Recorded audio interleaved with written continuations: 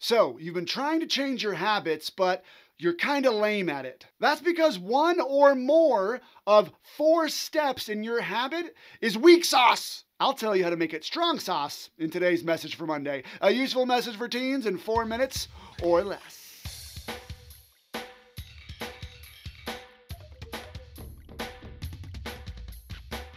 Picture this. You've been put in a small room.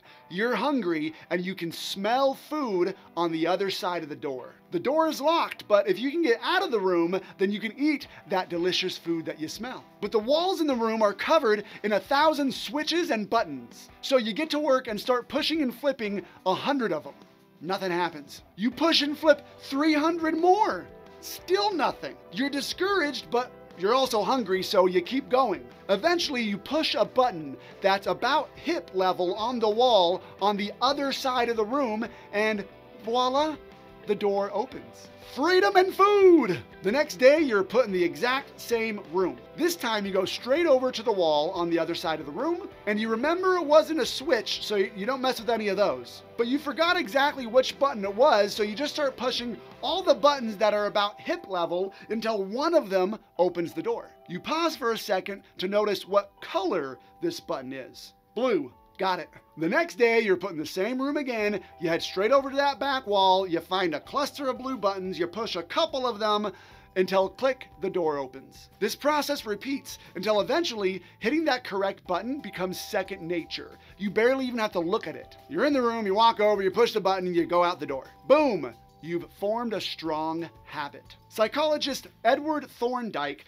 conducted a very similar experience to this, but with cats in a small puzzle box, where there was a lever they could push that would open the door and they can get out and get some food. The point of the experiment was to examine the learning process. Thorndike found that behaviors followed by satisfying consequences tend to be repeated. Yeah, I know, it's like, duh, Thorndike, I didn't need a bunch of cats to tell me that. But in this simple yet powerful discovery lies the secret to why changing your habits is so hard. In Atomic Habits, James Clear says a habit is a behavior that has been repeated enough times to become automatic. But you have to repeat them enough times. So really, a habit is a reliable solution to solve one of your life's problems with as little energy and effort as possible. And repeatable ones follow 4 steps that make up what's called the habit loop. Cue, craving, response, reward. The cue says, hey, there's a reward available. The craving is us saying, I want that reward. The response is us saying, I can get that reward by doing something. And the reward teaches us, hey, that thing you did to get me is worth remembering. For example, I'm locked in a room and I smell food. Cue. I am hungry. Craving. I push buttons. Response. The door opens. Reward. As I repeat that over and over, it becomes automatic. This is happening in your life every second of every day. Sometimes for our good, oftentimes for our bad. Here's a common one for teens during the summer. You have nothing to do. Cue. You want to stop being bored. Craving. You turn on the computer and watch YouTube. Response. You aren't bored anymore. A fun reward, but also a bad and a useless habit. To help you form more productive habits like working out, for example, strengthen the 4 steps of the habit loop. Cue. How can I make the habit of working out more obvious? Put a dumbbell in front of my bedroom door. Craving. How can I make working out more attractive?